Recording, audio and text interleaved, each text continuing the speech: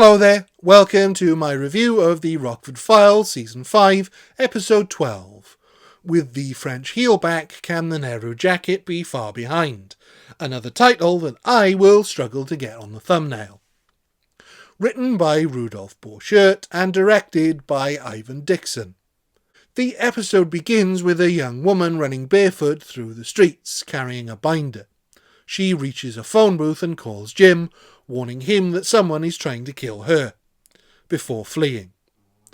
Jim traces the call and he and the cops arrive at the phone booth, but the cops quickly take off when they don't find anything. You've been practical joke, friend. There's nobody. Nothing. Jim then checks the woman, Carol's hotel, only to discover her body on the ground below her balcony. The scene is investigated by a returning Sergeant Frank Duesenberg, who we haven't seen since episode 5, Kill the Messenger. Had an aunt once closed her own book. Only she used pills. He thinks it's a suicide, and back at the station, Dennis has no time to argue whether it is or not. I'd love to help you, Jim, but Consuelo Hooper got it tonight. Now that's a very big homicide. As he has his own high-profile murder to deal with. As Jim is leaving, he overhears someone also concerned with Carol's death. Margaret Hatch, played by Erin Gray, just a few months before her appearance as Wilma Deering in Buck Rogers. You know something, Buck Rogers? I'll be there. Margaret was a friend of Carol's and is also convinced it wasn't suicide, and wants to help Jim investigate. I mean, you said you were a private detective. Do you have a client? Who then puts him onto her boss, fashion designer Masters, and has some of her own designs on Jim. I have a couch you could use. No invitation to the master's suite? Masters lives in our first Columbo connection, the house that doubled for a British mansion in Dagger of the Mind, and he's played by René Auberjonois. Masters is at first disinterested, before checking himself. I just said that I didn't have time to discuss dear Carol because of this damned show. A sign of trying to cover his guilt or genuine concern. It's not easy to tell, but as he's also connected to the other murder, Jim and we should be more than a little suspicious. I've lost two close friends, Consuelo Hooper and Carol. This is yet another novel approach to the opening of an episode in a series that seemed to naturally avoid the formulaic nature of similar shows.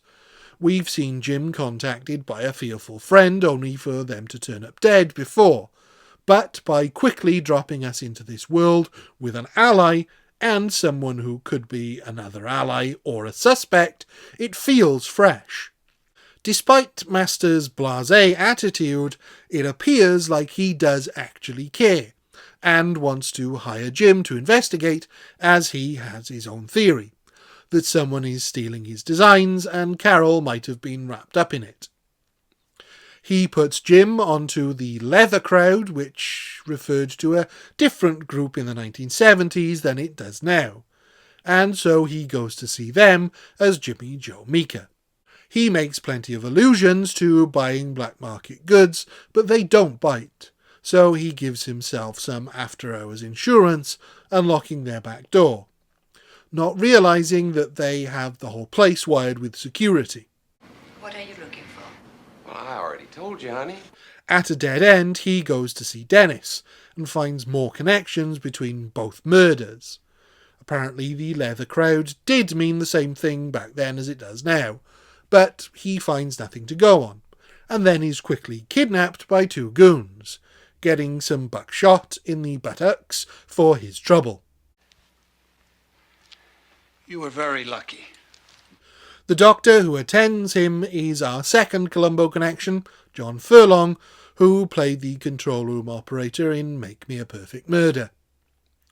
Dennis arrives and Jim tells him of everything he has connecting the murder of the fashion model and the murder of a rich fashionista that happened to happen on the same night.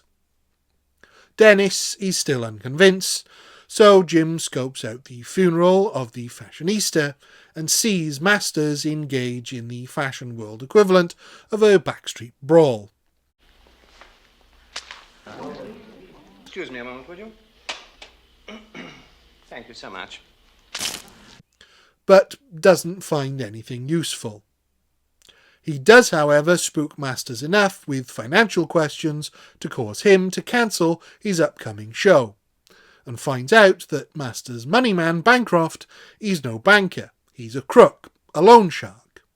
Masters meets Bancroft and we find out it was his goons that tried to murder Jim. But more importantly, it was Masters who committed both murders. I killed 2 people, Mr. Bancroft.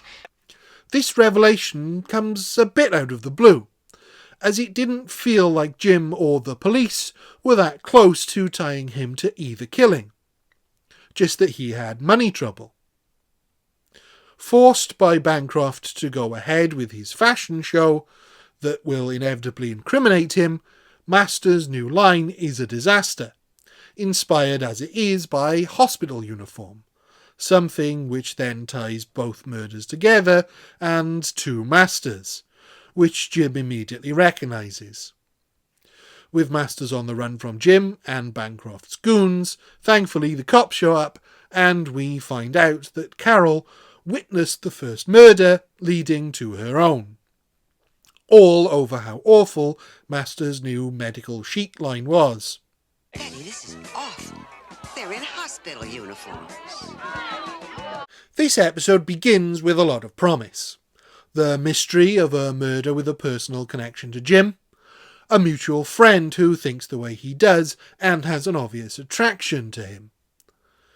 The fact that she displays a very modern attitude to romance, and then the client who might be the murderer, as well as the hints at the darker side of the fashion world. Unfortunately, everything after that is just a little flat. The investigation into the leather boutique is not just a red herring, it's one that takes up a huge amount of screen time, and that ends up going nowhere. Bancroft's goons appear from nowhere just to introduce them, long before we meet Bancroft, who is just a name for the majority of the episode. And Jim doesn't really do anything.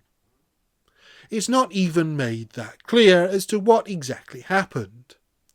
It's as if they took a good kernel of a story, a fashion designer murderer whose clothing line ends up being the evidence, but rather than flesh that side out, just added a lot of filler instead of plot. The budding romance between Jim and Margaret is beautifully done, giving her all the agency. But there's just not enough of it. Instead, we get scenes of Italian leather fashion designers, of rock stars attending funerals that we never meet again, goons attacked by rats, handbags at dawn between our murderer and someone we just met and never see again, and one murder victim that we never meet or even see a picture of, leaving us with no emotional or material connection to that victim at all. It's disappointing, as this has the potential to be a great story with some really interesting characters, but it's ultimately extremely forgettable. So for me, this is a very rare 2 out of 5. Thank you. Goodbye.